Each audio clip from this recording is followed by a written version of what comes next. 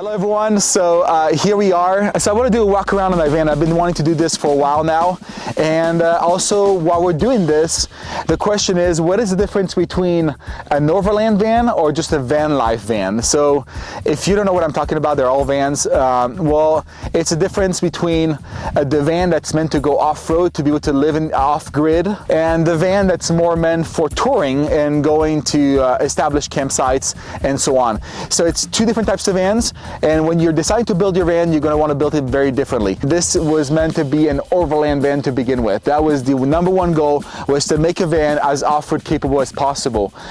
We came from the Tacoma, 4Runner, Jeep World. These are overland vehicles. This will be an overland vehicle. It's not meant for rock crawling. You would need, on this kind of van, you would need 37-inch tires or 40-inch tires to make it anywhere close to a rock crawler. It has a 65 to 35 ratio gearing, so it's a 4x4, it has 4 low, but it doesn't have the 50-50 ratio that you would find on a Tacoma or other 4x4 vehicles. So that's the downside of it. The upside is that it actually is very nimble in 4x4, meaning that it doesn't bind when you're turning. So this van right now is equipped with 275 70/17 tires, which is about 32.5-inch tires. It's the minimum that you would want to be able to explore off-road quite a bit, especially with the long wheelbase like the Sprinters. This is the equivalent of a long bed Tacoma or a full-size truck. 33-inch on a long truck, it will be the equivalent of maybe 31s on a short bed. So ideally here, if I had 35-inch tires on this van, it'd be the equivalent of having 33s on a short bed Tacoma, for example. So right now I'm at 32.5. The reason why I don't have the 35 yet is because at a time when you have adaptive cruise control on those vehicles, you couldn't fit bigger than 32.5 inch without losing the cruise control features and so on. So right now there's a module that came out to run up to 35-inch tires on those vehicles. There's a trick though, is that once you pass, so you can go all the way up to close to 34-inch with just a regular suspension change, such as the Agile Off-Road Rip Kit. But once you want to go above 34-inch, if you want to go to a true 35 times 12.5-inch tire, then you will need to go with the Van Compass Stage 6.3 or 6.4, which has a body lift. And the only person that makes those kind of lift right now is Van Compass, and it's called the Striker 2-inch. The reason why you cannot put 35-inch without a body spacers is because the DEF tank is actually located right here, and so on a 35-inch tires, if you're not lifted more, you will actually be rubbing against a DEF tank. Okay, so if you don't want to do this, if you don't want to do body lift, the biggest you can go nowadays with adaptive cruise control and the DEF tank is 285 75 17, which is equal to 33.8, which is 34-inch tires. So my goal in the future is to run 34-inch tires, and then also install re-gear the rear, because once you go with bigger tires, you want to re-gear so that you don't have a loss of power. And at the same time, when you're re-gearing, you can actually now add air lockers for the rear is actually available now. So I highly recommend doing the air locker, re-gearing, and bigger tires all at once, because it all goes together. When you start overlanding, especially if you're overlanding by yourself, you're going to start wanting a little bit more protection. So that's one.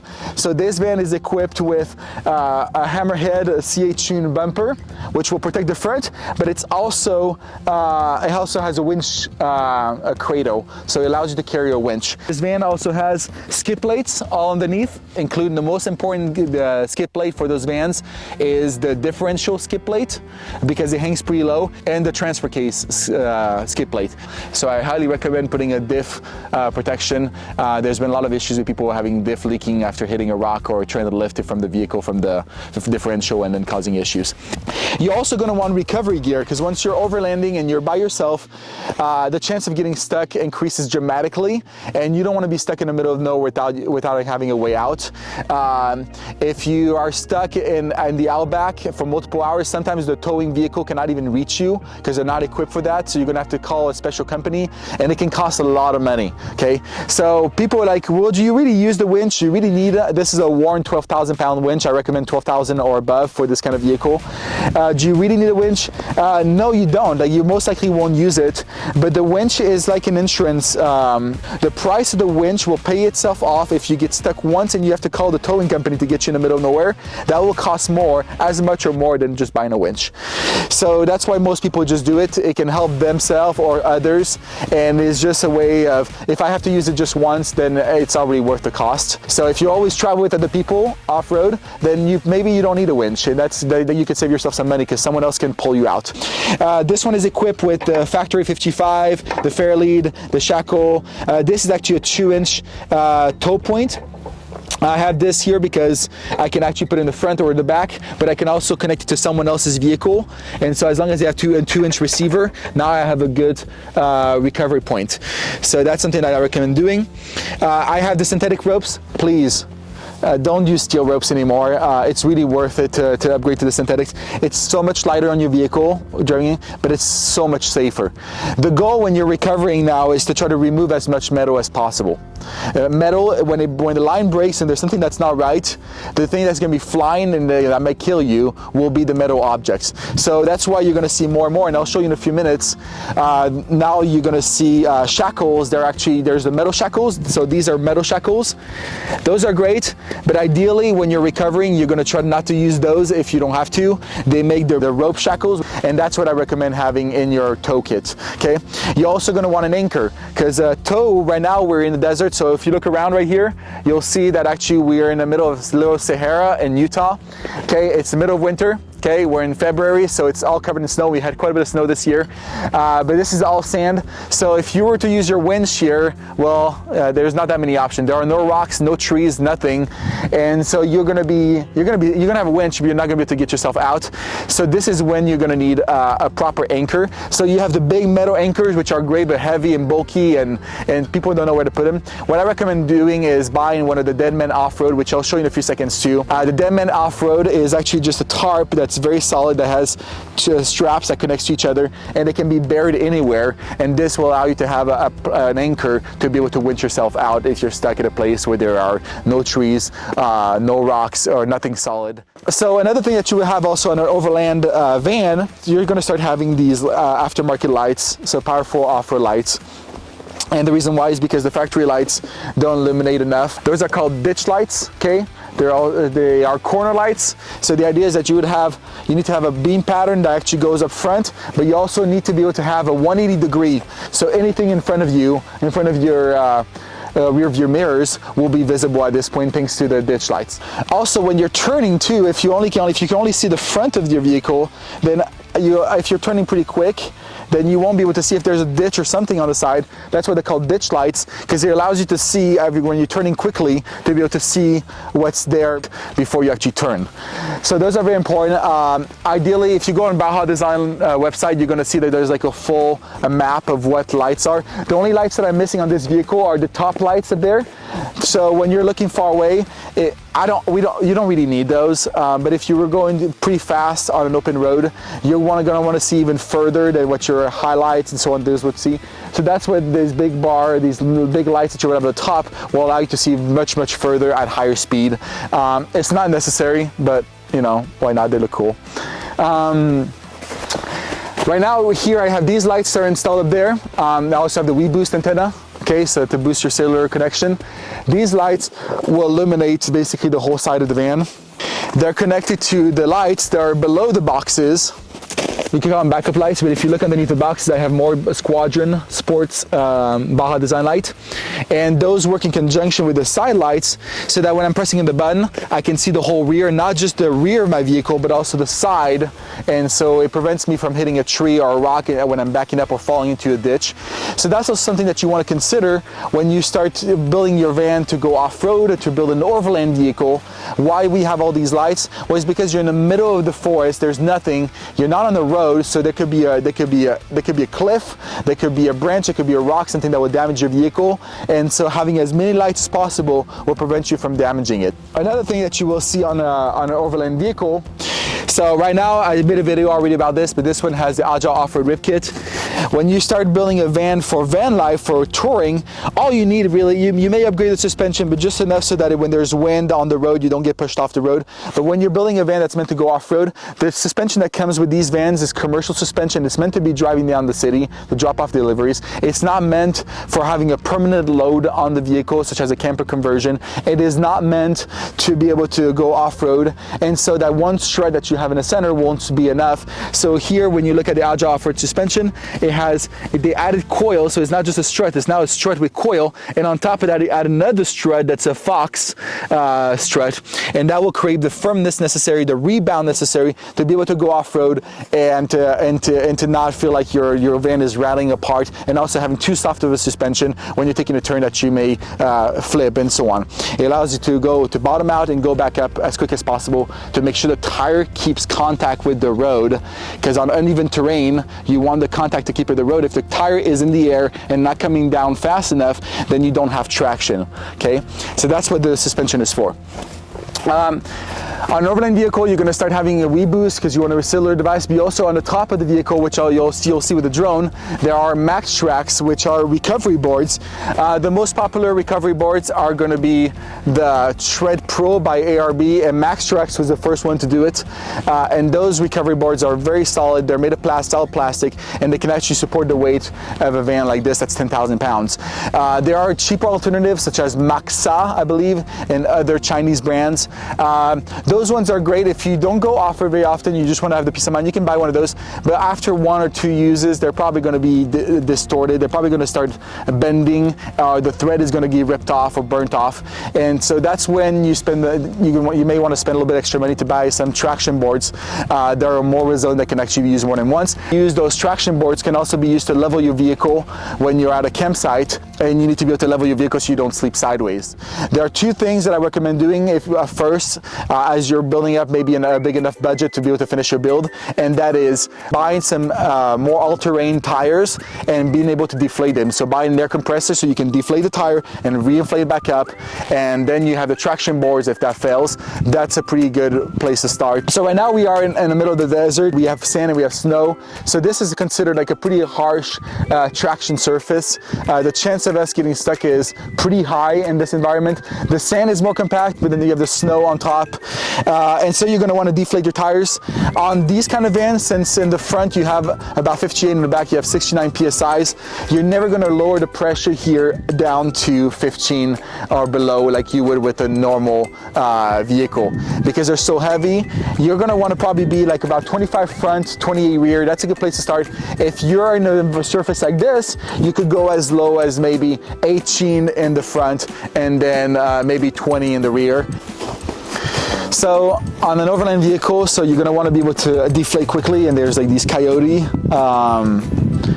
deflators. So they basically be preset to anywhere between I believe it's 10 and 30 psi. You just unscrew it and you set it to the right pressure, and then you put them on. It allows you to deflate all 4 tires at the same time, and they automatically stop once it reaches the desired pressure. Those will save you a ton of time.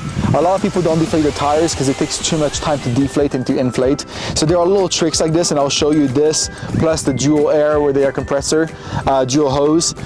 Being able to inflate and deflate multiple tires at the same time is what will make you more likely to actually do it, and I highly recommend doing it, not only for traction but also even for comfort. When you're going driving off-road for a long time, you don't want to rattle out your van. Right now, as you can see, there's a snorkel on it. This is not necessary at all. It's important to remember that the snorkel, even though people know it for water crossings, and yes, when you're crossing your river, it can prevent you from hydrolocking your engine. There was a flash flood going on in Montana, and we had to find a campsite, and we had to go through a river at one point. And when I went down the river, it was a little bit deeper than expected, and I felt a power loss for a second. So that meant that the air intake was blocked, and so you don't want to stall in the middle of the river. So the snorkel is going to prevent this from happening. There's a little hole in the air box that is meant for water drainage, so you're going to want to plug this up when you're installing the snorkel to make it waterproof. But most people think that the air intake for the engine is actually here.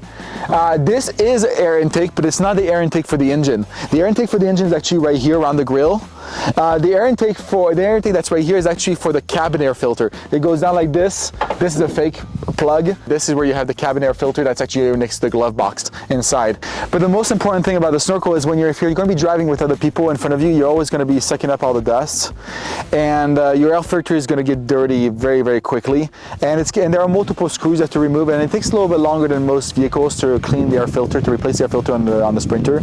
So the dust is more dense at the bottom, so by actually raising the air intake, so grabbing dust is a little finer, so it's not going to be as dense, not as much dust. But on the top of the Snorkel here, there's a Cyclone pre-filter, and the Cyclone pre-filter has a little propeller inside, and as there's with suction and actually with the air pushing through, separates the particle, which is, it could be water particles, but it could also be dust particles, and it separates them from the air. So the air is going to go down this tube, and then the water is actually, there's a little slit behind, is actually going to be pushed out. So it's going to be grabbing the air, pushing out the water and the dust from it, and so that's going to keep your filter clean. Ladders. So this van was built to be an overlanding vehicle to begin with. So as you can see, if you step back a little bit, you'll see that this is actually a low roof van. So if you have a van life van for touring, then I recommend doing a high roof. So you can go in and out of the vehicle, and you have high ceilings, and that's a much better system for someone that's going to be on the road full time and that doesn't care so much about height. But for an overland vehicle though, the high roof can become an issue if you're driving through through Moab. Sometimes there's like these rock formations, and you're worried about scrapping the top. But also the advantage of having a lower roof is also when there are often branches and so on. And so I'm already touching right now, scraping with the low roof, and I'm right at 10 feet. So I can just imagine with a high roof how much more often you're having pinstripes and you're actually getting things stuck on the top. So low roof will make a big difference. And if you still want to have a lot of usable space on your van, what you can do, and you still want to be able to stand up, what I recommend doing is putting a pop top. So this has a Sportsmobile pop top, and you will have 8 ceiling to 9 feet ceiling at the top, and then the bed can come down, and this will allow you to have all this natural light, benefit from the low roof while still being able to have a high roof when needed. Okay, and so that's something that you will consider too when you're building an overland van versus a van that's meant for touring. The ladder is just to go up and be able to clean the solar panels from dust and from snow when needed. Okay, here you have turn overland windows. I love those windows. Those are double pane. They're plexiglass, lightweight. They don't shatter easily. And on top of that, they're double pane, so they add insulation, but they also have inside the bug net or also shade that you can just rolls up and down. And so I have those on both sides, and I really love them. I think they're great. Some people have asked me like, oh, what is the cheapest, best upgrade that you made to your van? I gotta say, it's as simple. The window tints. Those vehicles, because they have such a big windshield in the front, you're toasting in the summer. It's just acting as a magnifier, and you're just cooking inside. But also from privacy perspective, when you have a van, you want privacy. You don't want to when you're going in the back and you're doing things, you don't want to have to put the curtain or whatever every single time. On an overland vehicle too, so here I replaced the step here in the back with the Rug Design concept. It's an aluminum step, so it's very lightweight. And the best thing about this step is you still have like a little lower step to get in and out. And my departure angle increased by about 2 inches. And on top of that, now I have this aluminum that's lightweight, but is still stronger than the plastic construction that was originally by Mercedes. And that aluminum will protect me from small like bumps against a tree or whatever. There are boxes storage, always more storage. Here I have all my recovery gear. All my mountain biking gear here, and here on my recovery, also barbecuing and so on. This is the Morphlate Dual Hose. This allows you to inflate 2 tires at the same time. It's great, and it has a locking chucks, puncture wounds, gloves, everything that you need. This is Deadman Off-Road Recovery. It's very lightweight. That's my anchor. And that's what you want to use with a winch if you get stuck and there are no trees or rocks or the vehicles to hook yourself to. When you're building the interior van, if you're going to be going off-road, you're going to need different considerations. There are things you want to keep in mind if you're going to be off-roading versus if you're not. You may have to sacrifice some comfort features in order to have proper cabinets and so on. They're lightweight and they won't rattle, they won't fall apart when you're going on rugged terrain. When you're building the inside, you're going to want to use materials that are not too heavy. You want to be as lightweight as possible, particularly at the top, okay? You don't want heavy cabinets at the top because you don't want to be top heavy, because top heavy is what will make it tilt if you reach a certain degree of incline, okay? I used Adventure Wagon soft cabinets, which I'll show you in a few seconds. Yeah, I'm using Trail Kitchen. I made a whole video review about Trail Kitchen. It's all aluminum and plastic. It's very lightweight, pretty solid. It has obviously the little tables and all these little conveniences. The water from the hose can come out and you can actually connect it here. If you want to know more about the Trail Kitchen cabinets, please watch my other video, okay? And that's going to be very important because aluminum is going to be lightweight, it's going to be solid, and it won't rattle and warp and mold like wood does, okay? The nice thing about this, I have a rubber flooring mat. I could technically just grab a hose and kind of hose down the inside of the van if needed when you're going in and out with muddy shoes. The seat swivels, so the seats right here, they can go sideways or front facing. I made a whole video about the two directional seats. So if you're interested in that, please watch my other video. The table can be facing the outside, okay? So if you're on the beach, you can have a nice view on the horizon, but the table also can be facing this way, and then the front seats swivel, and it allows to have like a 4-person table dining area. I built everything myself, except I didn't install the suspension and I did not install the pop top. This pop top came from a Sportsmobile and installed by Sportsmobile, and the suspension was installed by Alja Off-Road, and it's an Alja Off-Road rib kit. Everything else I did myself. I either bought and I installed it. The advantage of the pop top, it's made with the same, I made a video about this too, that was my first video, and it's made with the same canvas as convertible cars. So the advantage of that is that it doesn't matter if there's wind and so on, it won't budge at all. It's very, very durable. And I've been very, very happy for the last 3 years. So we're inside the van. As you can see, there's lots of natural light. That's the main advantage of the pop top. I have about I'm 6'1". I probably have 9 feet right now of headroom in the front. And here I probably have about 7 feet, okay? This is my comforter. I always leave it there. It's super bulky comforter, but it's great. I believe it's made by Teton. And right now my bed is up there, and I have a full walkthrough. So I wanted what we call, in vans we call it an open layout. So an open layout is a layout where you can actually ideally walk from the front seat all the way to the back door, and there's a hallway, okay? So I could put my motorcycle or my dirt bike here. Here, as you can see, I have the Adventure Wagon soft cabinets. Why did I go with those cabinets? Because they don't rattle. If I bump into them, it doesn't hurt. And also they're lightweight, so my van is not top heavy, and so when I'm going off-road, I don't have to worry as much about tipping over, okay? So that's the advantage of Adventure Wagons. They're not the nicest, they're not the classiest cabinets you can find for vans. There's much nicer. So if you're building a van for van life, for touring, then you're probably gonna go with some rigid cabinets, okay? But if you're building a van for overlanding, if you're building a van for off the grid and off-road, then the Adventure Wagon is a great option. Then I have all my cabinets right here. They're all the latches. Same thing. When you're building a van that's meant for overlanding, going off-road, you want latches that are solid. They don't rattle. Okay, and they're adjustable, so they're always tight. Okay, you do not want to go to Home Depot and buy latches from Home Depot when you're building a van that's meant to go off-road. Okay, it's going to fall apart, it's going to make tons of noise, and it's not going to work. There's plenty of RB components, pockets everywhere in the back. So there's a coffee machine here, and the coffee machine works. The coffee machine works with the inverter, okay, and with 200 amps of lithium batteries here. And then also 400 watts of solar. I call it the 2-to-1 ratio. I am pretty much off the grid, and without starting the engine, without using the alternator, I can run my coffee machine, my microwave multiple times a day with all the lights, 24/7, just running off solar. So if it's really important for you to be off the grid and you don't want to have to drive, then what I recommend doing is that I recommend doing a 2-to-1 ratio. So even on overcast day, you still have enough power from the sun to be able to power all your accessories. Here I have, since I built an Overland van, I am going to be using an Overland freezer. This is by ARB. This is the RB Zero. If you don't want, there's also the Dometic CFX. That's a good option. There's also the National Luna. It has one compartment for the fridge, one compartment for the freezer. and that fridge is meant to be rattled around. It's tested. It comes from Australia. It's meant to move around, and it also, by being open from the top, by having a top opening versus a side opening, it maintains all the cold to the bottom, because heat rises and so cold stays at the bottom, and so you're not losing in efficiency.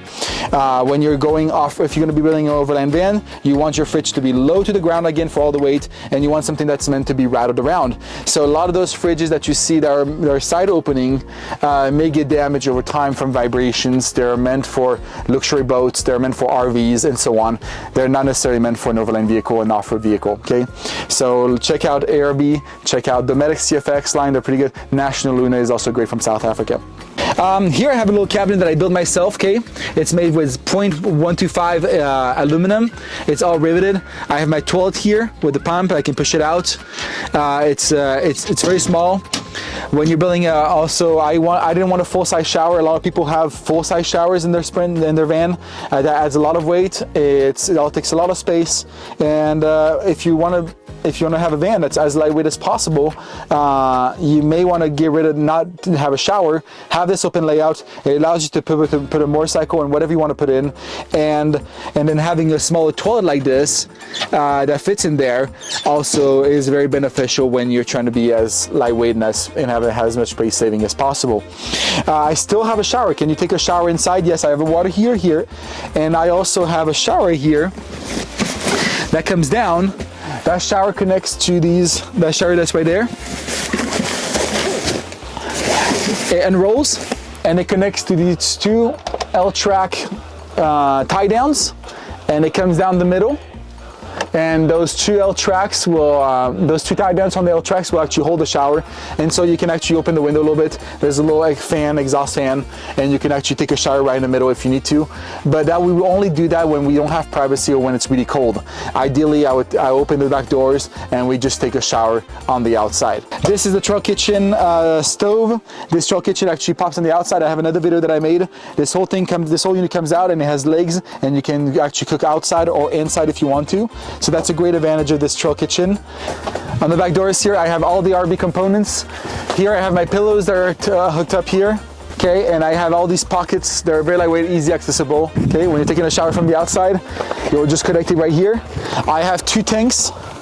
This is the shower hose that's right here.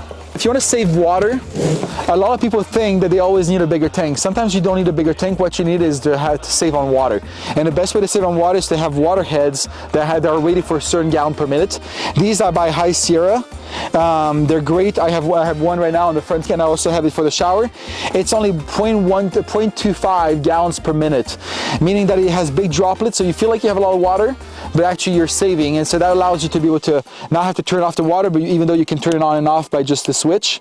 Okay, it will also allow you to keep the water on, may stay warm, but not use so much water. Okay, and then you have those tie downs. You can put wherever you want with the L tracks. I embedded those L tracks to the floor. It's a pretty common setup now, and this allows me to just have an anchor point. And so if I want to put some skis, if I want to put a dirt bike or whatever, I can just connect it here. I can also put my mountain bike inside and actually connect to the L track. If you want to save yourself from having to do too much wiring, I recommend buying something called the S-Pod. The S-Pod is a digital switch with a smart fuse block, and so if you go right here, so you can see right here, that's the main unit, the main control unit for the S-Pod, and it has up to 30 amp per circuit, and it's self-healing, so you can actually just plug in your device, and it automatically sends everything to the digital control panel. And that digital control panel is very easy. You can change the names. You can also make it momentary. You can make it on timer or whatever. It's a great way to save yourself a lot of headaches when it comes to wiring. You may want to consider buying a radio. Okay, so here is the Midland. This is the 40 watt Midland GMRS. GMRS is currently the standard right now for communication. It's better than CB and not as inconvenient as VHF, which requires tube diameter radio license. And so that's pretty much where people are at right now. I custom built a front runner roof rack. So I basically bought a roof rack that was meant for a cab, and I just shortened it about 2 inches, and so now it fits on the front of the cab. So it allows me to have the pop top and still have a roof rack. And why do I use the roof rack for? Well, see, front runner comes with all these accessories right here, the locks. That's my GMRS antenna that stays up like this. And if you have a pop top, yes, you just have to put some riv nuts in the front, and you just have to shorten their rack a little bit, and about 2 inches, and now it will fit in the front. And this is where I put my max track, this is where I man my lights. So if you only have 1 bar or you only have 3G, you press the WeBoost and it will actually expand by 70% the reach of your cellular device. And so it may allow you to go from 3G to LTE, or it may allow you to have no reception at all, to suddenly have enough reception to be able to send a text and give a call. Okay, so that's my WeBoost antenna. Please check my website too for car articles to have more details about how to do those kind of things. Well, howdy, y'all. Well, did you miss me? Go on and say I told you so. Yeah, now I know the straight life is a no-go. Yeah, I was wrong. I tried to get the man.